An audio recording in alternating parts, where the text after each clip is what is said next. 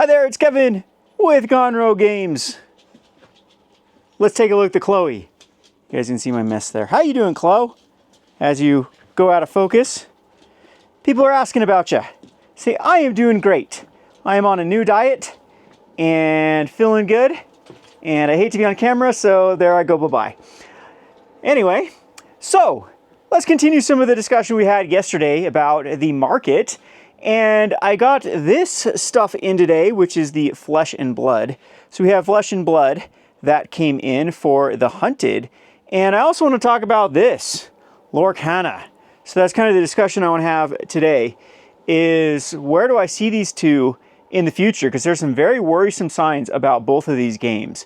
So as I said in the previous videos, we have had record sales at the distribution level, but well, even at my level too, I've been putting in more orders than ever before as well. And I've just had a ton of new customers, a ton of new patrons. I mean, the market is hot, hot, hot. What is not hot? Lorcana and Flesh and Blood. And I'm just gonna be frank with everyone. There are some worrisome signs about both of these games because you would think that it'd be across the board. And it kind of is across the board. That's what I'm trying to reiterate here, is even things, it's not just Magic and Pokemon. Things like board game sales are up.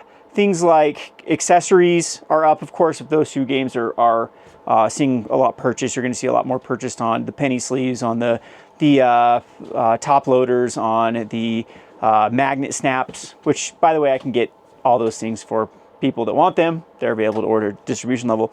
But anyway, it's not just that. Like I said, board games and other card games are on the rise too. And the three games that I see that are lagging behind, which is worrisome because stagnation in a hot market is incredibly worrisome, because I think when we go back to a normal market, then we're going to see those actually dump down even further than the games that were hot. Or possibly they might be able to avoid the overprinting that might happen with Magic and Pokemon, and maybe they'll be in a good place. So Lorcana, Star Wars Unlimited, and Flesh and Blood are still decent sales numbers on. I mean, they're not their heights. They're basically, like I said, stagnant, which is good. I mean, the games have not collapsed whatsoever. However, one thing that I noticed with Lorcana is this was my lowest pre-order by far for this set that's coming out. I don't even know what the set that's coming out is called.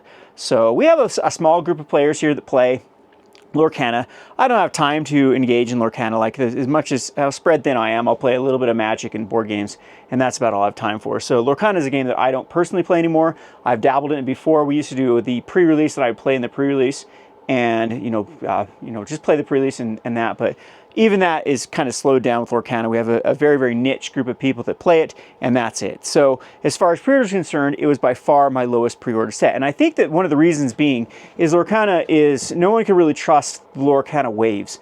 With now that they've added so much in distribution, they've added, I know they added ACD, and I know they added GTS, and I know they added a couple of, like, almost all the distributors now carry Lorcana. So you got to assume that the production of Lorcana has been increased just due to the amount of distributors now that picked it up.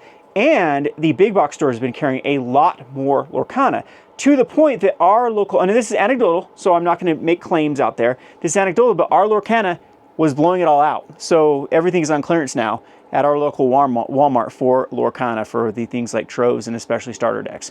And that is another worrisome thing with that, is I know that there were some reprints for things like the gift boxes and things like the bundles.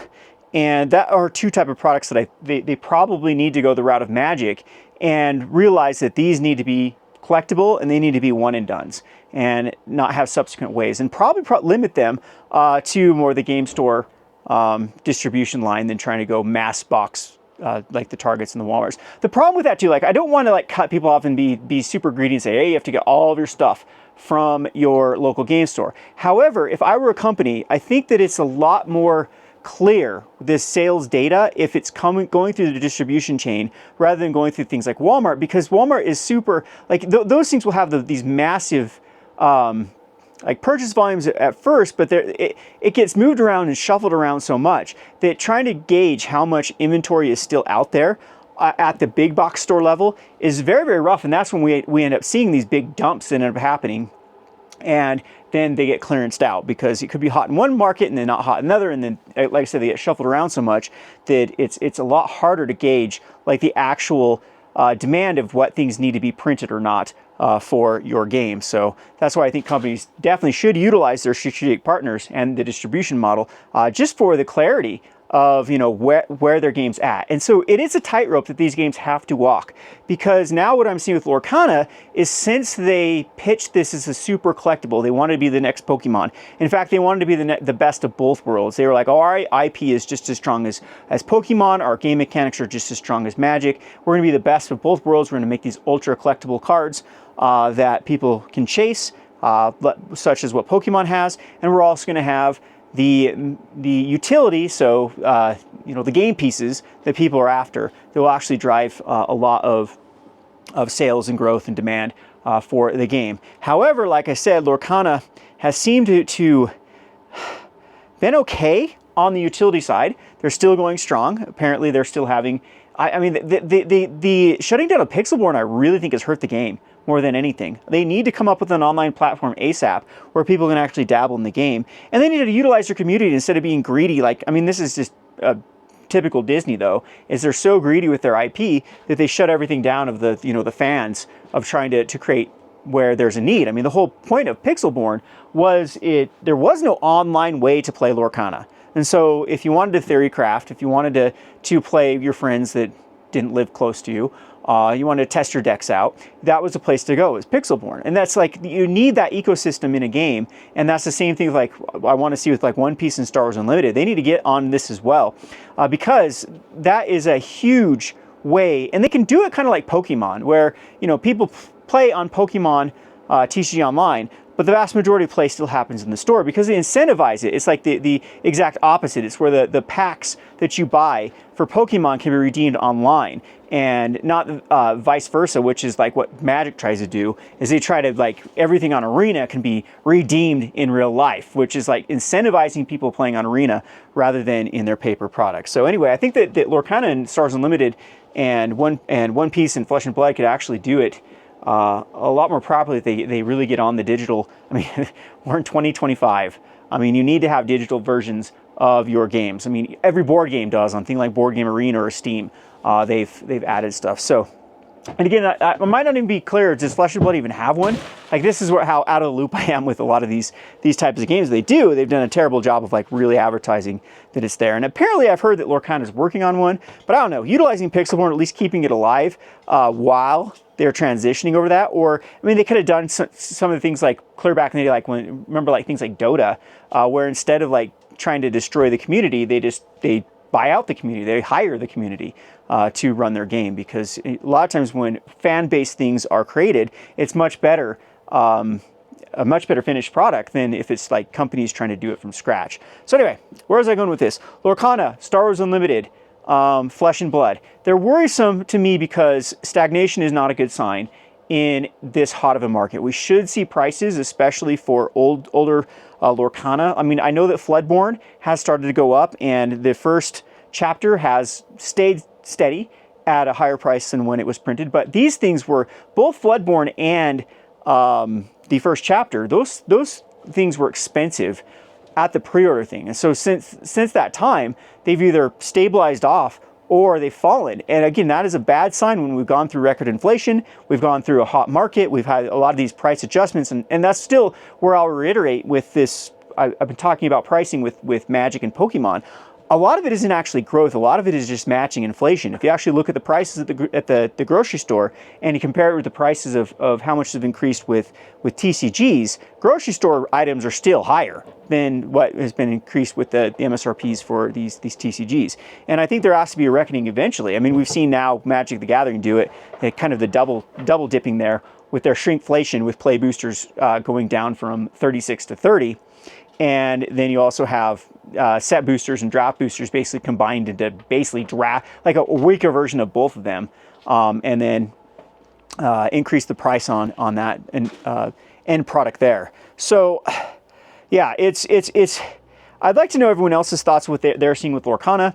I know people still play the game, so I don't want to get everyone in the comment section, but it's quite hilarious. I got this troll that loves to tag me on X on Twitter and like make fun of must watch every video I say and make fun of all my, because I always call out speculators, and this guy is the quintessential speculator, and he gets into every hyped thing. And I remember the guy was just spending thousands of dollars and collecting all his Lorcana, and Lorcana is going to be the future. And I when I was calling for people to be, you know, a little bit more tempered about Lorcana, like, use some caution, he was basically like memeing his $1,000 Lorcana cards that they, you know, that people had picked up. And now a lot of those, especially those enchanted, those are the things that have really dropped in price.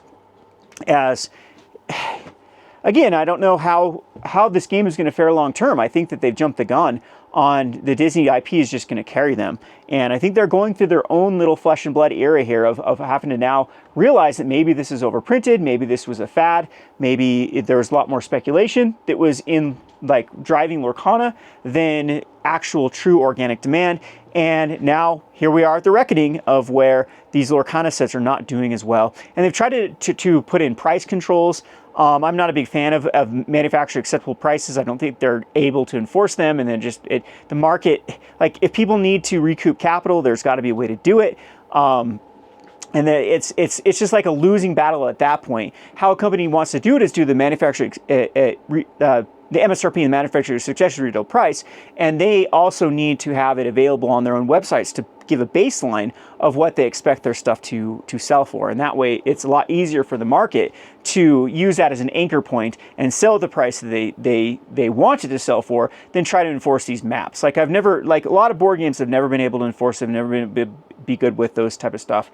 And the way, if you want to enforce a map, a manufacturer acceptable price, it's up to the manufacturer to print the exact amount that needs to hit that market price. So, you know, you can blame storage, you can blame all these other things for going below of what you expect your goods to go for, but in the end, the buck stops with you, the manufacturer, that's overprinting, and that is why a certain product cannot go at that acceptable price that you want it to go for. So again, Lorcana, Flesh and Blood, they really, really need to, like, I've been impressed with some of the things Flesh and Blood did. I think when they stopped listening to the speculator gods, that was that saved their game. It would have gone the way of the MetaZoo if they would have kept printing into the speculation and listening to characters that I think are not very good for the overall health of games. They're good for runs, they're good for bubbles, but they're not good for the overall long-term longevity of a particular game. And Flesh and Blood really, really had to adapt, and they saved their company at last minute, or their game at last minute,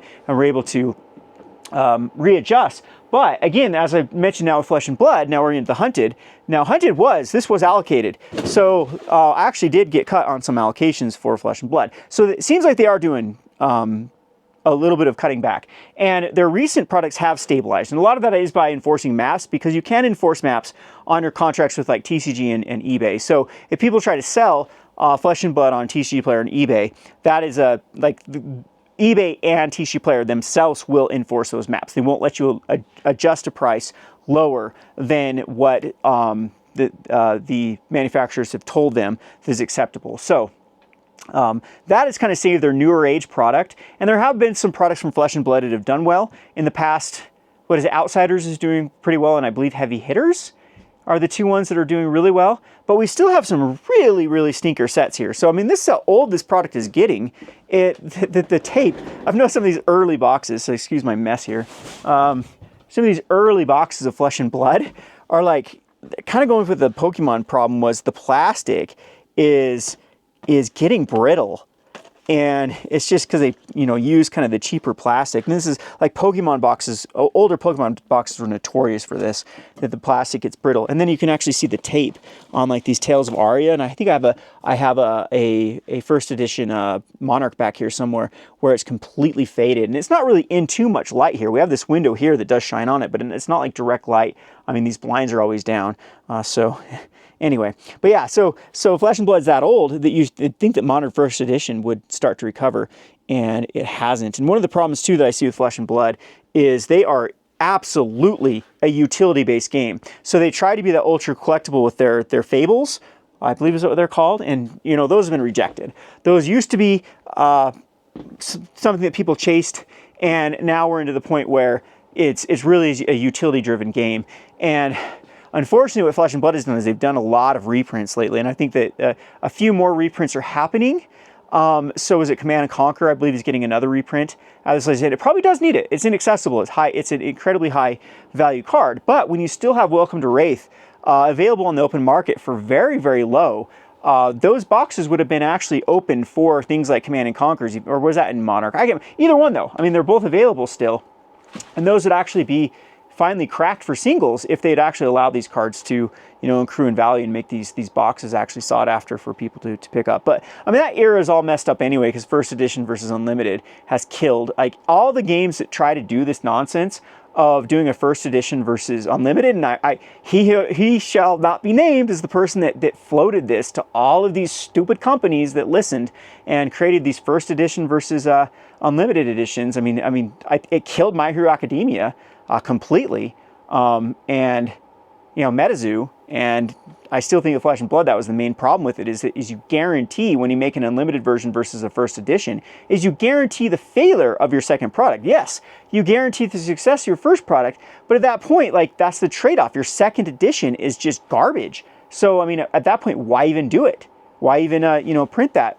Unless it's like, and a lot of these companies too, that they were inverted. Like the second edition should have been the small print wave. It should have been the print to the actual demand to just have it hold over so people could actually, the card game to be accessible. It shouldn't be the massive print run. And that's kind of like a lot of these companies, what they did is they wanted to make their first edition ultra collectible because they were listening to voices that I don't think are worth listening to when it comes to overall longevity of a game.